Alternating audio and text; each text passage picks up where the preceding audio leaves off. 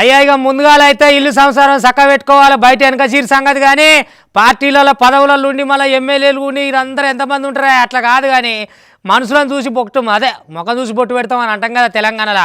అగో గా రీతిలో వద్దాము, పదవులు కావాలి, మళ్ళీ పార్టీ పదవులు కావాలి, అన్నీ కావాలంటే ఎట్టయితుందే. ఇక ఆశపడుకుంటే ఎదురు చూస్తూ చాలా మంది ఉన్నారు. కాబట్టి మొత్తం ప్రక్షాళన చేసుకుందాం, ఓసారి సంప్రోక్షణ చేసుకుందాం అని చెప్పి కాంగ్రెస్ పార్టీ వాళ్ళు ఆయన కడిగి పారేసుకోవడానికి తయారుగా ఉన్నారట. అదేనుల్లా ఇక వాళ్ళని మనిషిని బట్టి పదవి ఇవ్వాలి. ఆ పార్టీ పదవులు ఏంది మరి ప్రజా పదవులు ఏంది ఉంటాయి కదా, అగో ఆ దానికే వెనక ముందు చూస్తూ ఉన్నారట. మరి ఎట్లా చేస్తారో చూద్దాం రారు, ఒక భారీ కొత్త సంసారం కదా. పార్టీ ప్రక్షాళన మీద తెలంగాణ కాంగ్రెస్ పార్టీ గట్టిగా ఫోకస్ పెట్టిందుల్లో ఇప్పటికే పార్టీ పదవులలో ఉండుకుంటా ఎమ్మెల్యేలుగా ఎన్నికైన వాళ్ళ స్థానంలో కొత్తోళ్లకు ఛాన్స్ ఇచ్చే దిశగా కసరత్తు ఎత్తున్నది.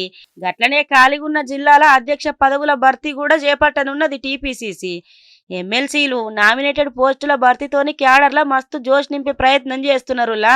పదవులలో సామాజిక న్యాయం పాటిస్తామంటున్న సీఎం రేవంత్ నేతృత్వంలోనే లోక్సభ పంచాయతీ పరిషత్ ఎన్నికలకు వెళ్లనున్నది కాంగ్రెసు. లోక్సభ ఎన్నికల అయినాకట పీసీసీ చీఫ్ మార్పుండే అవకాశం ఉన్నది.